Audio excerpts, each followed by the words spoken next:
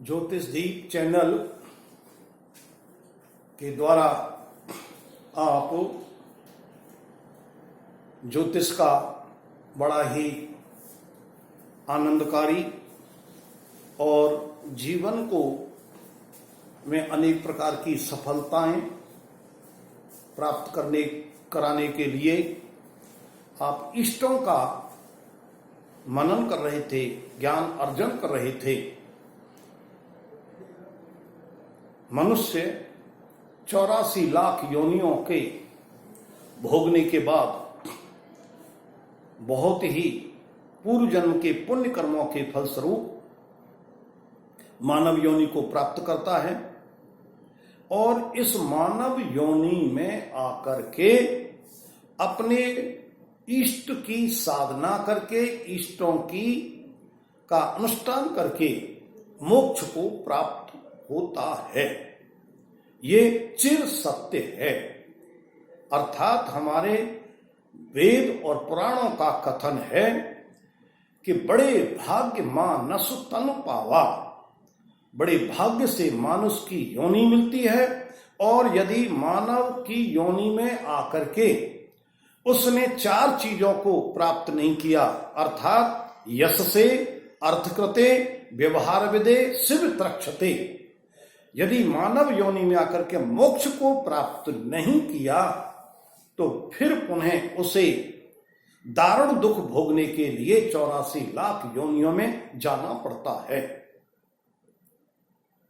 इसके लिए आप देखते हैं कि प्रत्येक मनुष्य के, प्रत्येक जातक के जन्मपत्री में 9 ग्रह होते हैं और वे 9 ग्रह अपने अपने स्वभाव के अनुसार अपना अपना फल प्रदान करते हैं। कुछ हमारे ग्रह ऐसे हैं जो देव रूप हैं, अर्थात सूर्य देवता हैं, चंद्रमा देवता हैं, मंगल देवता हैं, गुरु देवता हैं, गुरु देवों के भी गुरु हैं, आराध्य हैं। ये शुभ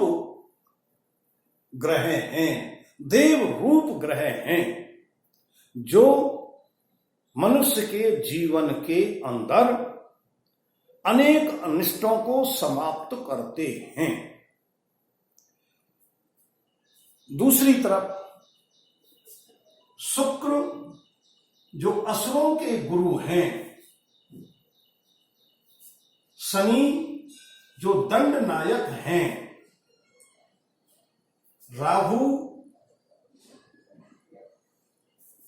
असुर हैं, केतु असुर हैं। ये पाप ग्रह हैं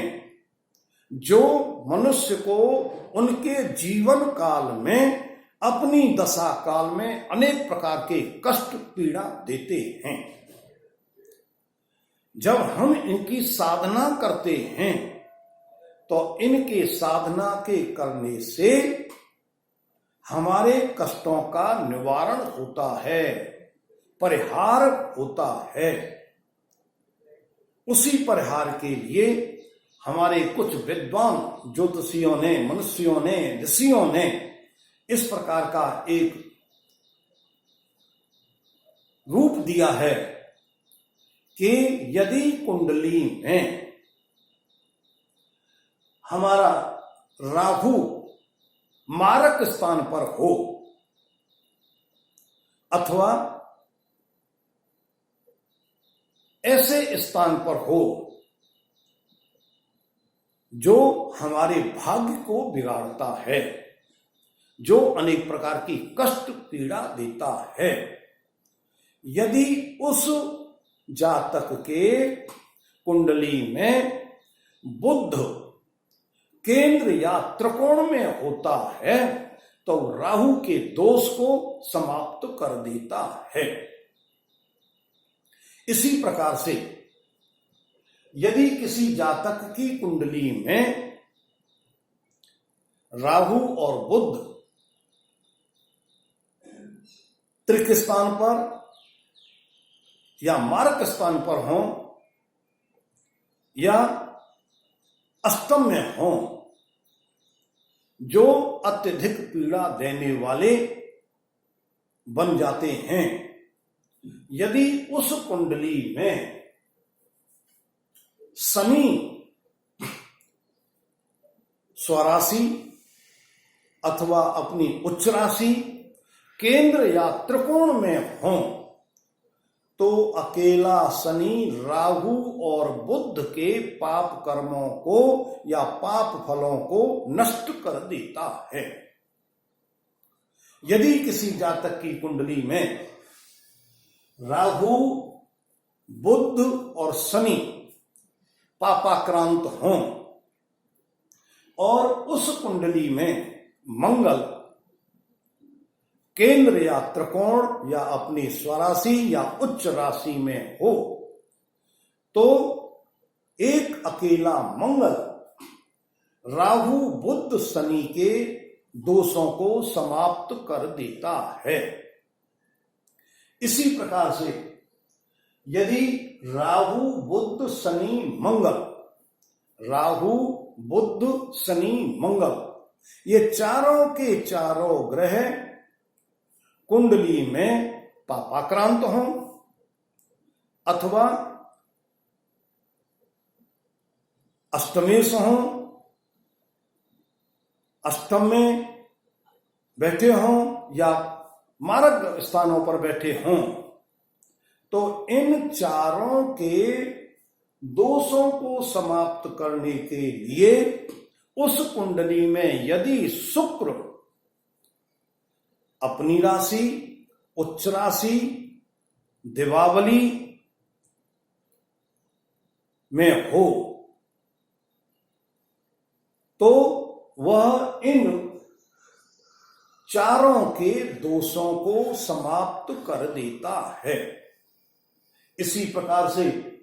यदि राहु बुध शनि मंगल और शुक्र ये 5 ग्रह पापाक्रांत हों और जातक को अशुभ फल देने वाले हों, यदि उस जातक की कुंडली में बृहस्पति केंद्र या त्रिकोण में अपनी राशि या उच्च राशि में हो, तो अकेला बृहस्पति अपने कार्यकाल में अर्थात अपनी दशा काल में इन 5 ग्रहों के पापों को, दोषों को नष्ट कर देता है। इसी प्रकार से यदि किसी जातक की कुंडली में राहु बुध शनि मंगल शुक्र और गुरु भी पापाक्रांत हों, मारक स्थान पर हों और उस कुंडली में चंद्रमा केंद्र या त्रिकोण में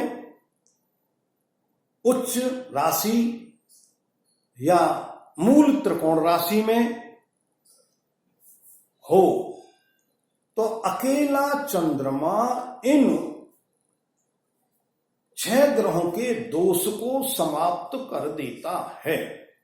अर्थात ये 6 ग्रह अपने कार्यकाल में, दशा काल में जातक को अत्यधिक पीड़ा देते हैं, लेकिन चंद्रमा बहुत ही द्रुत गति से चलने वाला ग्रह होने के कारण से उसकी दशा काल, अंतर्दशा, प्रत्यांतर दशा काल तथा गोचर में सबसे अधिक प्रबल चलने वाला होता है, जो 2.25 दिन में प्रत्येक राशि को पूरा करता हुआ भचक्र का में अपना भ्रमण करता है। यदि ये चंद्रमा शुभकारी होता है तो इन सभी ग्रहों के दोषों को समाप्त कर देता है, जिससे जातक बड़ी प्रसन्नता का को प्राप्त करता है। इसी प्रकार से यदि किसी कुंडली में राहु, बुध, शनि, मंगल, शुक्र, गुरु और चंद्रमा भी पीड़ित हों, पापाक्रांत हों, पाप ग्रहों से प्रभावित हों, ऐसी कुंडली में यदि सूर्य अपनी राशि, अपनी मूल त्रिकोण राशि अथवा उच्च राशि अथवा मित्र राशि, भाव का कारक और दिशा का बली होकर के उस कुंडली में हो, तो अकेला सूर्य इन सभी ग्रहों के पापों को नष्ट कर देता है, अर्थात उन ग्रहों के दोषों को समाप्त कर देता है। जैसा कि आप भली प्रकार से जानते हैं कि सूर्य 6 महीने उत्तरायण रहते हैं, अर्थात जब सूर्य उत्तरायण रहते हैं तो सबसे अधिक बलशाली, प्रभावशाली होते हैं। और ऐसे उत्तरायण सूर्य में जिनके संयोग बस